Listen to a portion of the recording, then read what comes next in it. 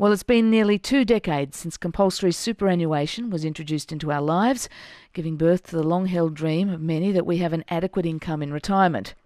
In 1992, the amount employers had to contribute to their workers' super accounts was set at 3% of their wages.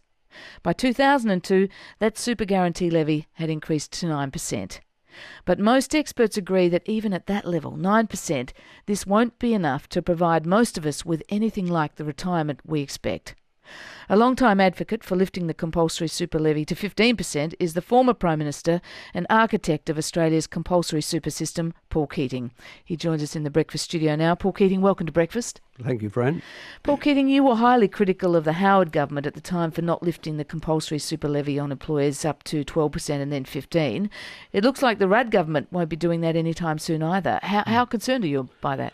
Well, you might recall, Fran, that in the 1994 budget, the 1995 budget, that I had legislated with Ralph Willis that we would pay tax cuts into people's superannuation account.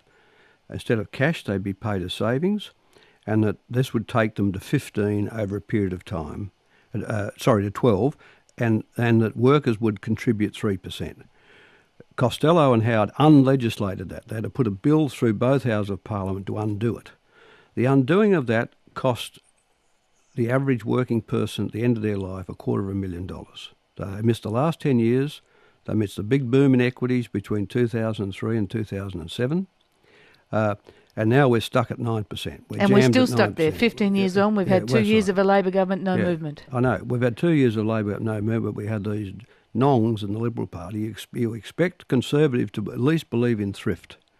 A Labor government comes along and convinces the workforce to put 12% of their earnings away as savings, and a Liberal Prime Minister and Treasurer say, not good enough. This government, the Rudd government, is looking at super. There's 3 reports being done at the moment. The level of super levy we know has been examined by the Henry Tax Committee. Yeah. Early drafts suggested that it wouldn't be recommending a lift in the levy. What do you think? No, well, what happened? The Henry Review reported in part in last year's budget. They produced a paper called Australia's Future Tax System, the Retirement Income System, May 2009. In it they say the superannuation guarantee rate should remain at 9%.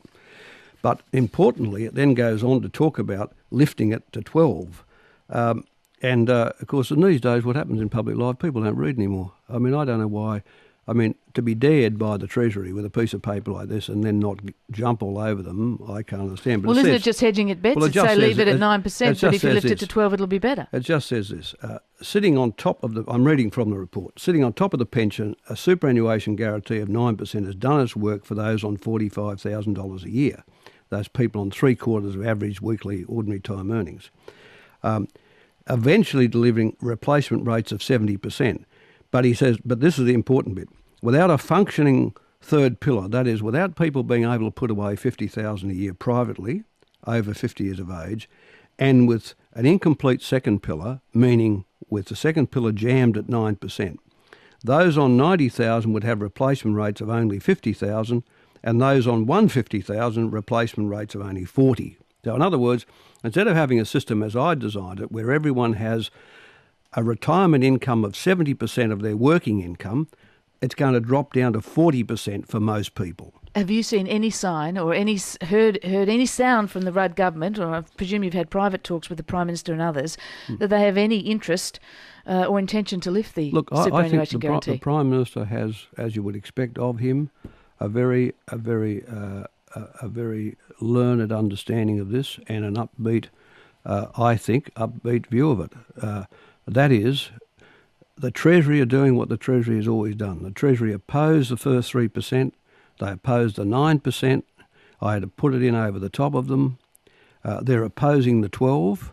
If we don't get to 12, I mean, just think of this, Fran. If Australia gets to 12, we end up with the best savings retirement system in the world. In the world. And here we are, we've got the Treasury Secretary telling us with these terms of trade, exports and mineral prices, we're going to have this massive investment phase, but we can't fund it. Right? Do you have any confidence that the Rudd government is going to do this, deliver on this in the next budget? Really? I know the Treasurer has been interested in it. Chris Bowen, the superannuation minister, is certainly interested in it. And it's their job, I think, to convince the Prime Minister that there's a good economic case and all good cogent economic reasons for taking the 9% to 12. So even if we go 0.5, I'll tell you how easy it is to do. Let's say we take it over 6 years. 3% over 6 years is 0.5% a year. Now, for business to add another no cost to business. This is the cost to employees. All the business does is pay it out, their computers pay it. No cost to business, never been a cost to business. This year we'll do wages probably 4.3%. So if business were withholding 0.5 on behalf of their employee, they're going to pay 3.8. So it's a wages trade-off again. Yeah. So in other words, your increase in wages here, say, would go up by 3.8, but it wouldn't go up by 4.3. Big deal. Do that for 6 years and we're at 12. So we have to bring the discussion back to workers and the employers again. Yeah, it has to be a wages trade-off. But it's essentially, it won't happen in the market. To do it compulsorily, it's got to be done by the government. Yep. All the public soundings that I've noticed anyway from the government is all around the focus of getting better equity amongst super savings, better lifting the super savings of low-income earners and making the tax treatment within superannuation more equitable. Look, that's all very laudable, but it's really code for a bit of gutlessness. What they're really saying is, isn't that what you're hearing publicly? By the way, we'll concentrate on those people who are on half average weekly overtime earnings. People on $30,000 are not a permanent. No one lives permanently in Australia on $30,000. This is just different part-time people in and out of the workforce. Okay, well, you can still say they're important, and we want to make sure that the concessionality applies to them too. But that debate is all about focusing on the people on half average weekly earnings, not 2 times average weekly earnings, because to do 2 and 2.5 times, that's people on 100, 150,000, you've got to increase the thing. So the political system, gutlessly, is running around saying, oh no, we better focus on those people on half average weekly earnings.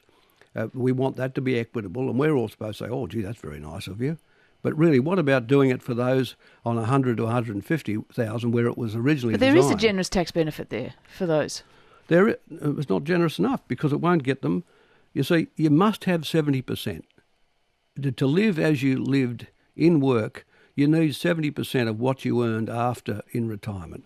What this system is giving you is 40%, but actually the Treasury is actually telling you in their own document, so it says, in keeping with the original plan for super, that means the Keating plan, this combination of compulsion, tax preference and proper means testing could have been delivered with a pension coverage down to 50%. It's now heading towards 80%. And it's heading towards 80% because John Howard, being an old tart, basically extended the tapers. In other words, he let people, under the Howard scheme, you can have a man and wife, a partner, can have a home and they can have 890,000 of cash assets before they lose the last dollar of pension.